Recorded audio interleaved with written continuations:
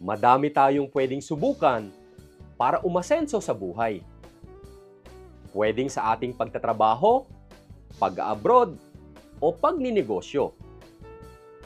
Pero alam mo ba na malaki ang opportunity ng pag-asenso sa real estate? Ito po ang ating isi-share sa video na ito.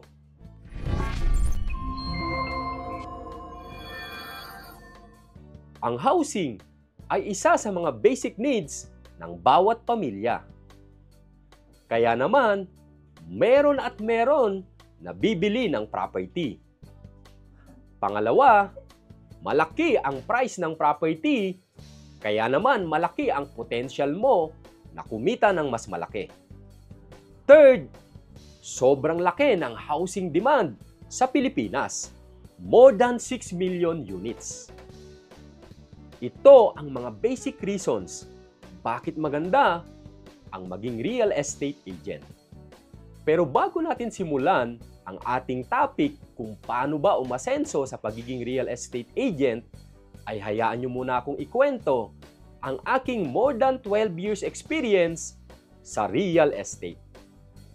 Nagsimula ako sa real estate noong 2012 nung ako ay pumasa bilang isang licensed real estate broker habang nagwo-work pa ako noon bilang isang accountant. Madami din kaming sinubukang mga traditional business gaya ng bigasan, damitan, at buko business noong mga panahon na iyon. Ang challenge lang pagdating sa mga traditional business ay yung mas malaking fixed expenses at mas maliit na kikitain. Idagdag mo pa dyan ang papalit-palit na tao. Isa ding concern ay yung babantayan mo talaga ang iyong traditional business araw-araw. Kaya naman habang tayo ay may traditional business, sinabay na rin talaga natin ang real estate. Until nag-full-time tayo sa real estate noong January 2015 at bago magsimula ang pandemic noong 2020, ay nakalipat po kami sa Bulacan dahil nakabili po kami ng bahay dito. At tuluyan na po naming in-stop ang amin pong mga traditional business gaya po ng aming bigasan na tumagal din po ng 7 years. Na-realize ko lang din po talaga na mas sulit po talaga ang real estate. Wala kang binabantayan na pwesto, kahit nasaan ka man basta may internet, gagana na ang iyong real estate business through online selling. Mas less ang concern mo na mag-hire ng tao dahil you can do it on your own. In fact, kapag nag-handle ka ng mga real estate agent partners, sila ay purely on a commission basis only. So far, after more than 10 years natin sa real estate, ay na-grown po natin ang ating real estate team into 50 active selling agents at 8 licensed real estate brokers. We already sold more than 3 billion worth of properties at nagkaroon na din tayo ng mga various investments. So, paano ka ba aasenso sa pagiging real estate agent? Well, ito yung mga kailangan mo para magtagumpay ka bilang isang real estate agent. Number 1, ang pagkakaroon ng right mindset o right perspective. Paano ba natin masasabi kung meron kang right mindset o right perspective? Unahin natin sa belief sa iyong sarili, especially sa real estate. Kailangan maniwala ka na ang real estate ang magpapaunlad sa iyo.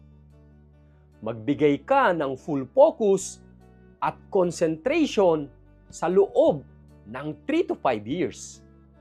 Pangalawa, sa pagkakaroon ng right mindset o perspective, ay yung meron kang long-term perspective. Kailangan mong isaisip na ang tagumpay ay hindi yan nakakamit sa maiksing panahon lamang. It requires many years para ikaw ay magtagumpay sa buhay. Kung meron kang long-term perspective, lahat ng mga problems, challenges, o disappointments, ititreat mo ito bilang bahagi ng iyong magiging tagumpay. Pangalawa na kailangan mo para maging matagumpay na real estate agent ay ang pagkakaroon ng right environment. Napaka-importante na meron kang right environment, mentor, at right people o colleagues na susuport sa iyo. Kaya naman dapat mong piliing mabuti ang jojoinan mong real estate team. Pangatlo na kailangan mo para maging matagumpay na real estate agent ay ang pagkakaroon ng right attitude. Sabi nga, your attitude, not your aptitude, will determine your altitude.